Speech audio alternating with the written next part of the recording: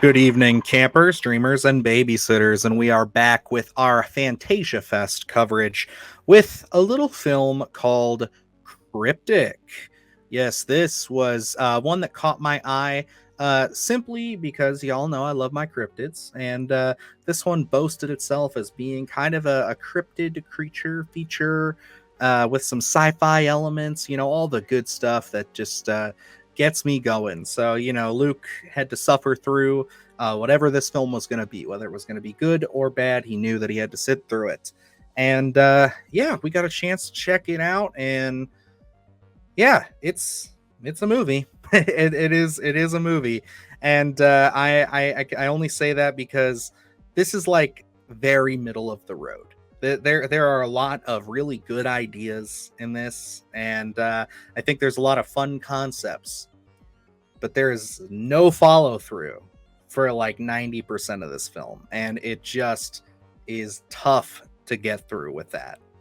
Yeah, and we kind of got a packet of films here during Fantasia, and so I didn't watch any trailers or anything like that. I just kind of checked in on this one to see what that little log line is that they gave us, and immediately I was interested to see when you mentioned a cryptid. I'm like, well, I'm intrigued to see what kind of take they're going to do. Something like Frogman that we watched that I wasn't really familiar with. I thought was rather interesting, because we always have, Bigfoot's usually the go-to. So I was intrigued to see what cryptid we were going to be dealing with, if this was going to be something pretty substantial, something that a lot of people know, or something completely made up. So my interest was piqued when I hopped into this one. I got to say, in the opening, I was rather hooked in on this one. I think there's a lot of great nature shots.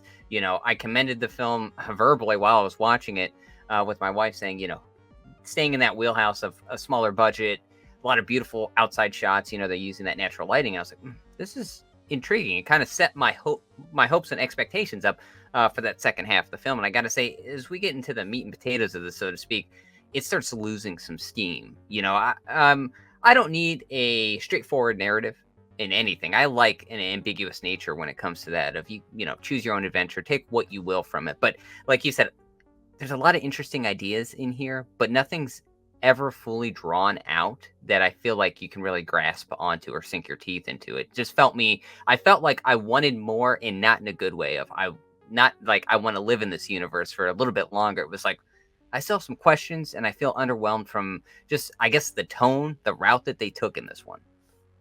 Yeah, I mean, it's totally okay for me to go into a cryptic creature feature, especially with how they're going into telling a lot of these cryptid stories, getting into more of the sci-fi elements and kind of the more unexplained nature of them nowadays, as opposed to just your standard, creature feature. It's Bigfoot and he's killing people kind of thing.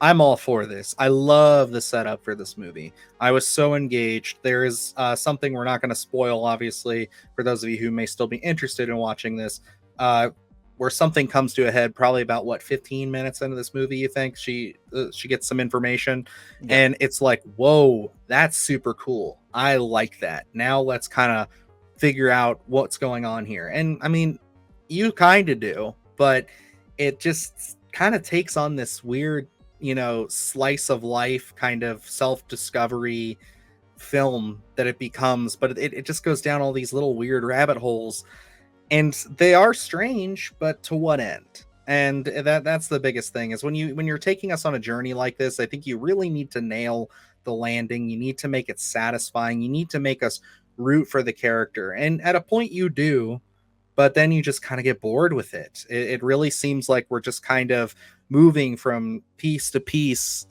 getting a little bit of information here, but then going on a completely different tangent, and then only to be like, oh yeah, we got to go back to the story we were telling. And it really, I found it hard to get through, especially the last 15 minutes of the movie. I found just excruciating, where I was just like, man, like, let's just get to the point. Yeah, it just seemed like, again, they open up a lot of interesting avenues and pose a lot of questions that I was looking forward to getting some sort of answer to, or something where I can, take away what I wanted from the film. But unfortunately, I didn't get any of that. It was just it just kind of ends a little bit, and not in a way where you're thinking about what you had just seen. I just kind of felt underwhelmed. I felt like I didn't get to finish my meal, so to speak. So, this one, they pose a lot of interesting ideas when it comes to cryptids in the relationship that people have that have encountered the same cryptid. And I was actually very intrigued by that element to it, because we don't necessarily see that a lot of the time in the kind of spending some time there. But, again, the idea itself was a little bit underbaked. Um, Tonally, I didn't really know how to feel for most of it. Now, I was rather happy to see that this wasn't taking that traditional cryptid route of, someone running through the woods and, Yeah. trying to solve that kind of mystery. They do offer something different here, but it just wasn't something enough for me to get on board with, where I could say, yes, this is a unique film. And I had seen something, I can't remember where I'd seen it, but, they threw around the word Lynchian. And I just saw the Blue Rose. And, that one was touted as Lynchian as well. And, that's a big word to use. And you can't just use that for something where I don't have a straightforward narrative. I don't know necessarily what I'm going to say. So let's label it Lynchian. And I feel like, unfortunately, Kryptic looked at the, after this was all said and done and the narrative was there or was not there, it was like, let's label it Lynchian. Now, do I know that it happened? No, it just feels that way because it feels like there's an idea here. It just was never fully established, and it became fully aware that, hey, we don't know what we're doing here. So I don't know if that's exactly what happened. It just, from my takeaway from this film, that feels exactly what happened here. Yeah, I would say, setting aside my gripes with the storytelling and everything, there's a lot of positive here, though, with just the filmmaking. I think that Courtney Roy, who's the director of this, definitely has a keen eye. Like you said, you mentioned a lot of that natural lighting, and the production value of this movie is actually quite good. Like, you never feel like we're not out in the forest or we're not out on the road on this journey. Nothing feels too like low budget to the point where it just sucks you out and you're like, oh wow, they just literally walked into a shed somewhere and started shooting this. No, like this feels like a real film with some money behind it, even though it is extremely low budget. And I will say that the lead performance from Chloe Puri as Kay, I found her to be kind of a tough lead character to grasp onto, but I think that's because, again, the situation that they're put into, you are kind of making discoveries as the film goes on, and I think that there needs to be a lot stronger of a balance there when it comes to the writing, because you want us to really be behind them. And at times I am, but then there are times when I'm just like, what are you doing? Like, and it doesn't go to her performance at all. Again, my biggest issue, I think, just comes down to the execution and the writing of this. Overall, though, I do think that there is some promise here from the cast, and I think that Courtney Roy, maybe with a different script, something that's a little bit more, if you want to tell something complex, that's fine, but with a little bit more fine tuning, I think this could have really been something cool and unique and definitely different for Kryptic films as a whole. It's got some, I will mention too, it does have some creature effects in there that are interesting. Don't get enough of them to really make heads or tails of it, in my opinion. I think that we need to see more. So that's really where I sit with Kryptic. I have to go with proceed with caution on this one. This does not earn a slash it, but I just have a hard time really sitting there saying, hey, everybody should go see this. It's just, if you're interested and it really seems like something that'd be up your alley, give it a shot, support indie filmmaking. But I can't sit here and say, hey, if you're a cryptid fan, or you're into kind of these mesh between monster films and sci-fi, this is very much a mixed bag. Absolutely. I think if you're going in this as a big cryptid fan and that's really what you're looking to get out of this, I think you're going to struggle for the duration of this film because, it wanted to go down a different route. Now, it didn't work for us. It might work for others, but, tonally, it just, for me, felt really hard to get behind and really kind of settle in and catch my attention. We see a lot of smaller films, and sometimes you become very aware that you're watching a smaller budgeted film.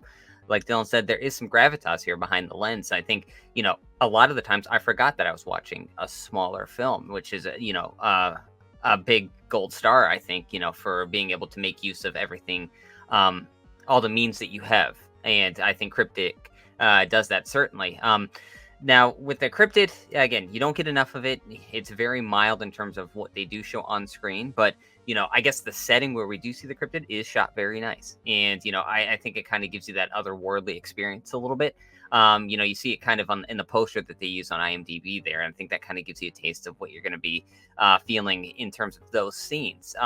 For me, I'm going to give this proceed with caution as well. This is just something that is very hard for me to get behind. I think, the filmmaker, the writer, were trying to say something that never really became clear. I think, I don't need clear blue water to swim through. I just need something so I can see enough to get my way through. And I still feel like after watching Kryptic, the water's still a little too murky for me. So yeah, this one, proceed with caution. I think if you're a Kryptid fan and that's what you're going in for, you're not going to get enough of it to really fulfill your appetite, unfortunately. But, I think they bring some interesting aspects that, again, are a little bit underbaked, but you can kind of see that potential there. So, I don't see this for me ever revisiting, but there might be an audience for it. I'm not sure, but yeah, for me, proceed with caution. Alrighty, guys. Well, that is for our second film of Fantasia. That is definitely a little bit of a sharp decline from how much we love Dark Match. But hey, that's the beauty of film festivals. For every one that you don't like or you're mixed on, you hopefully get another one that's pretty great. But yeah, we're gonna keep on moving through. We have a lot of exciting films now coming a lot closer. So these are gonna start hitting a lot faster. We've kind of had to wait because of embargoes. So now that some embargoes are going to start lifting over the next few days, you're going to be seeing a lot more of these reviews from us. So, alrighty. Other than that, check out the channel. We got a lot of great stuff up, some new lists and new ones on the way, as well as some of our other content from the summer. So check it out. And yeah, I guess that's going to wrap us up here. So until next time, I'm Dylan Newell. And I'm Luke Janesco. And remember, stay scared. Do the hard shit, gonna do it live. Cause Splattercast kick it. Every day they live. Splattercast, gonna smash your ass. Splattercast, gonna smash your ass. Splattercast, gonna smash your ass. Splattercast, gonna smash your ass. Splattercast, gonna smash your ass. Splattercast, gonna smash your ass. Splattercast, gonna smash your ass.